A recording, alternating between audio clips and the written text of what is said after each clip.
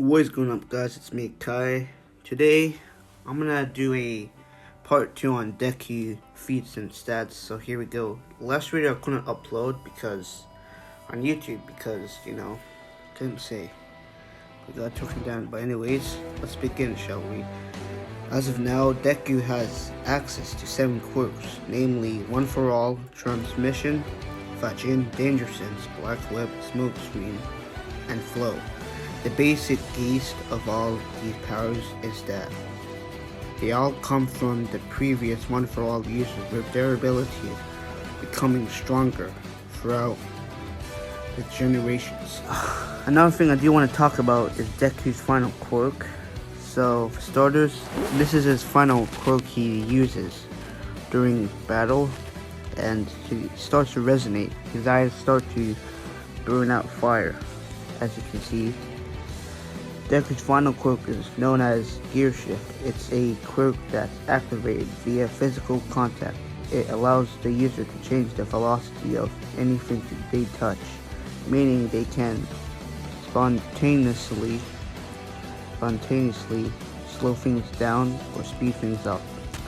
As you know, they're able to touch anything.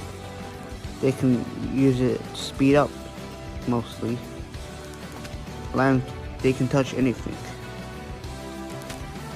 even during physical contact. That's the power of Gear Shift for you guys. And yeah, moving on. So Hari the author explained that Deku just gave the move that name, and it wasn't an accurate measurement of power. It was historical, strength. The human body pushing itself well beyond its limits. And emergency, what Deku put out was closer to 20% of All Might's top level power, while Deku can only use around 25% of his power. One for all powers in the anime, and while on the last given account he was able to use 45% without damaging his body, it is implied that he has a way of unlocking all 100% of it using a combination with his other abilities, such as Fajin, which has acquired from the third holder. Explaining that. So moving on, One for All is the most legendary quirk of My Hero Academia. Deku inherited it from All Might. However, it was intentionally and initially used by Yoichi Shigaraki, the series' first host, from whom it was passed down to his successors. It is an extremely strong quirk and can share a staggering amount of raw power. And that's most of what One for All is capable of. So now moving forward, I'm going to be talking about Fajin more. So Fajin allows the user to build up kinetic energy by performing repetitive movements, emitting red-colored glowing energy, and store it for the later use. When the user chooses to release the energy, they going an explosive burst of speed and power. So Fajin allows Deku to use speed and power more. They can even get explosive and burst out speed and ultimate power somehow. It also has red glowing energy. It builds up some kinetic, strongly amusing energy. So and that of Fajin. So during season 6, during the Paranormal Liberation War, after Katsuki Bakugos was injured by Tomura Shigaraki, Deku snaps, manifesting the quirk for the first time, although he would not be aware of it. So that means he kind of stopped for a bit. He almost went full control and he couldn't stop after Bakugos was injured.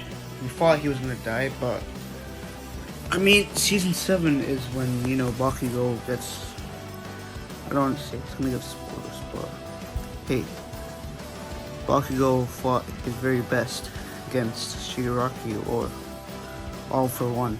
All for One, on the other hand, is a very deadly threat. Face, and I hope Deku defeats him, like All Might did.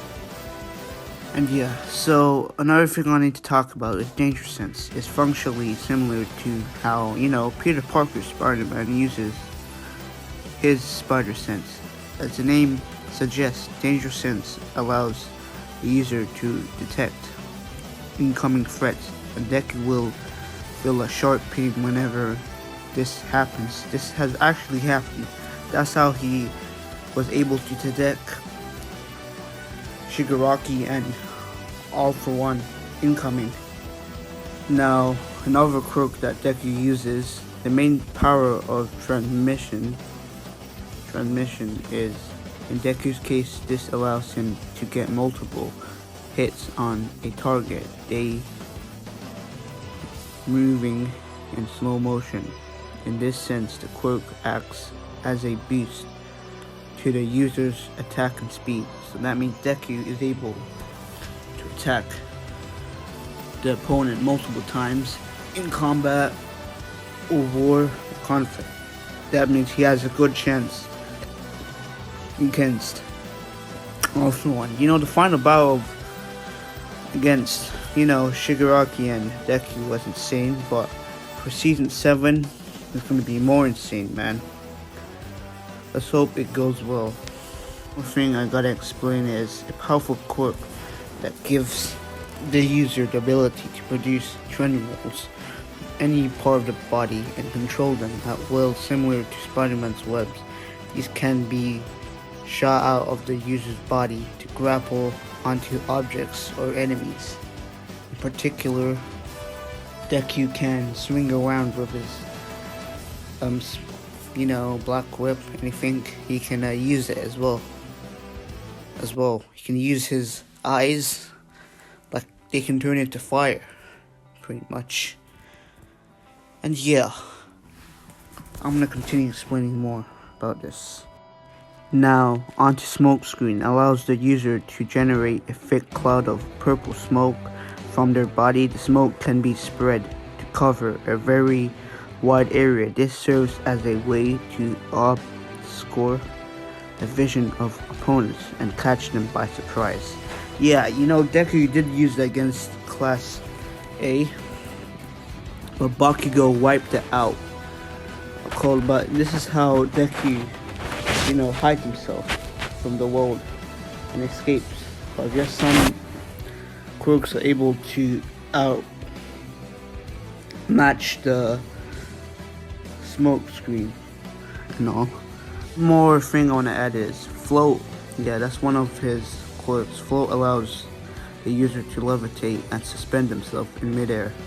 I think I've discussed this before, but I'll do it again. With the added enhancement of the stockpiled energy from One for All, float becomes drastically more powerful, allowing the user to fly at high speeds. With smoke screen, Danger Sense, flow, and black whip, Deku is able to completely reduce visibility around him to zero while still retaining the perfect idea of his victim's location, and more than enough means reach them instantly. In conclusion, Deku is able to break through anything solid and pass through anything with the speed of light, and Deku is over 2 or 3 times the speed of sound. The world's fastest bullets travel at over 18,000 meters per height. That's over twice the speed of sound, and Deku was fast enough to pull this off.